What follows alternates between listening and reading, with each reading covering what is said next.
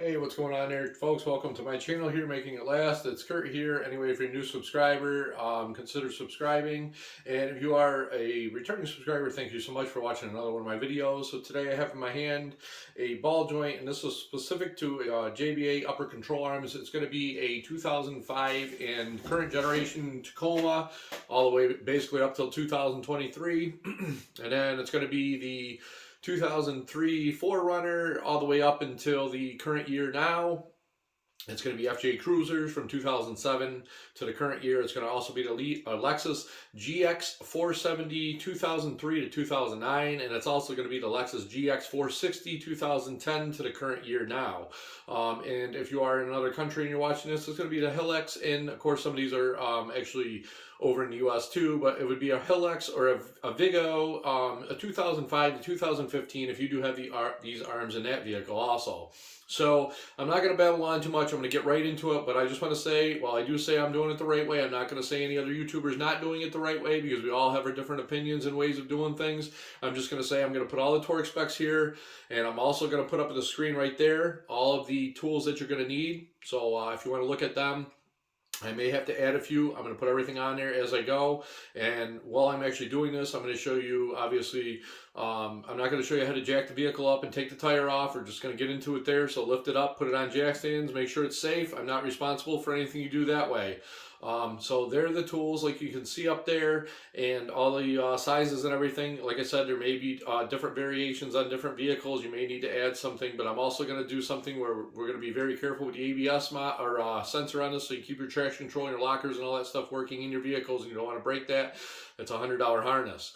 So anyway, let's get right into it and get this ball joint out of here and get the new one in. All right, folks, so here we are. The first thing we're going to want to start with is, if you can see here, you got your ABS or your traction control wire. You're going to want to get this out of harm's way for sure, because it's about a $100 part, and all it is just a thin little copper wire with some rubber insulation on it. So if you're going to follow it down here, it's going to go along here. It's going to go kind of behind the steering knuckle, and it's going to come and follow the knuckle down, and it's going to wrap and go down to the sensor. So you're going to want to go down underneath here, and you're going to want to get a little flat bladed tool and get it underneath there. I've already kind of got mine lifted up, so I'm going to go ahead and give it a little bit of a yank, and we're going to pull it out of there. So you're going to want to take and you're going to want to lift this little tab right there and just pull it off. So next we got another little fastener here, and it's on the, there's actually like a little tiny kind of like a little mount for it basically behind the knuckle here. So you just want to go ahead and get another little flat bladed tool and just lift that up, and we'll get that right out of here. So it's going to come out of here, and then it's going to wrap around, and it's coming to the back side here, and you can actually see right there, there's another little kind of like a little push tab.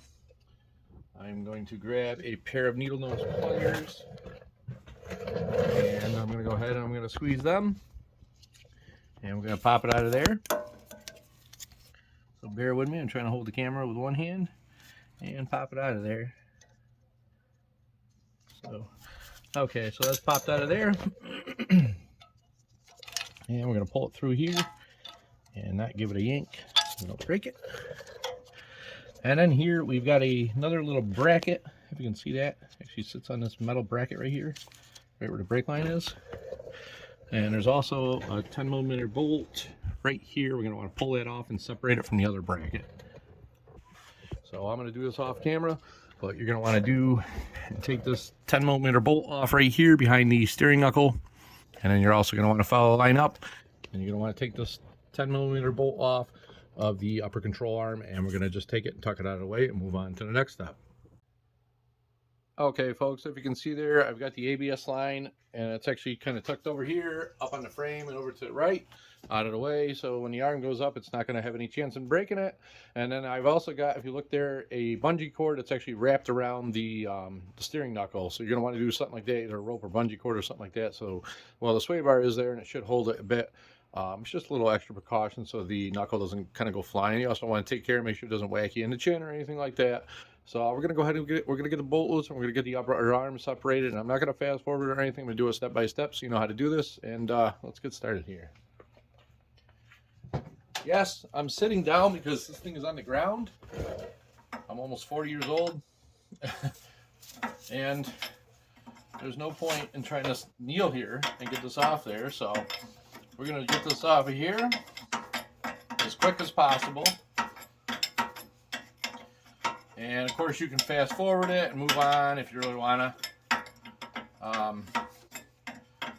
I still haven't learned on the video editor how to actually fast forward it without making a total skit as far as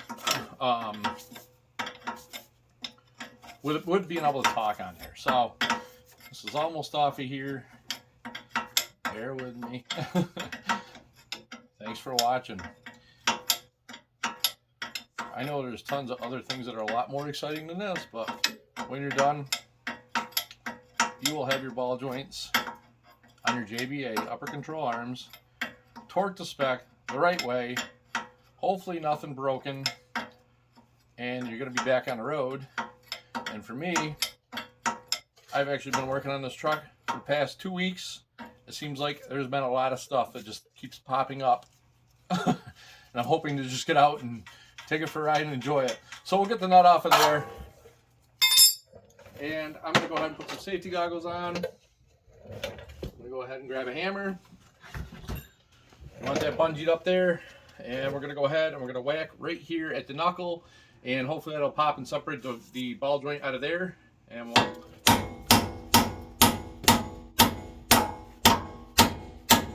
or not.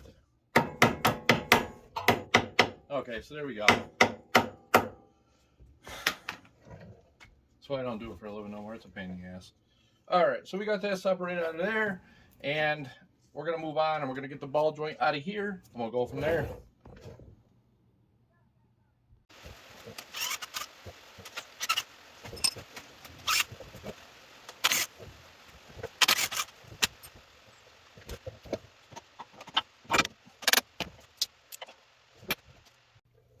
Okay folks, as you can see, I have got the nuts in there and I've just got them snugged up, but we're going to go ahead and we want to torque these at, per JBA, their instructions I have right here beside me, 13 foot-pounds.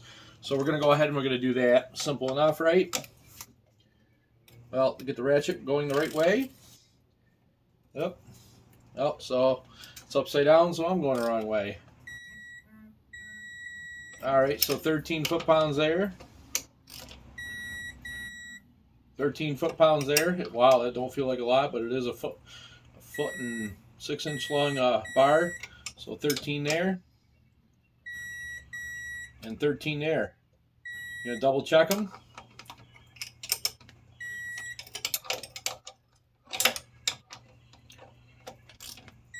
They also have lock washers on them too, so they're not supposed to come loose.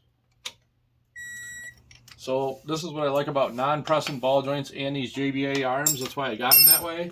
So next we're going to move on. We're going to lift the arm up. While you're in here too, depending on how many miles, you can lift this arm. You can give it a yank if the truck's stable. Make sure there's no play or anything in these bushings because these are also replaceable and greasable.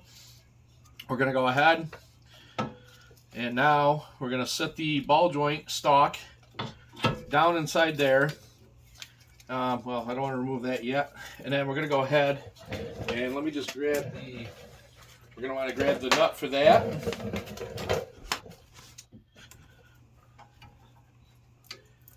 Yeah, so this isn't going to go anywhere.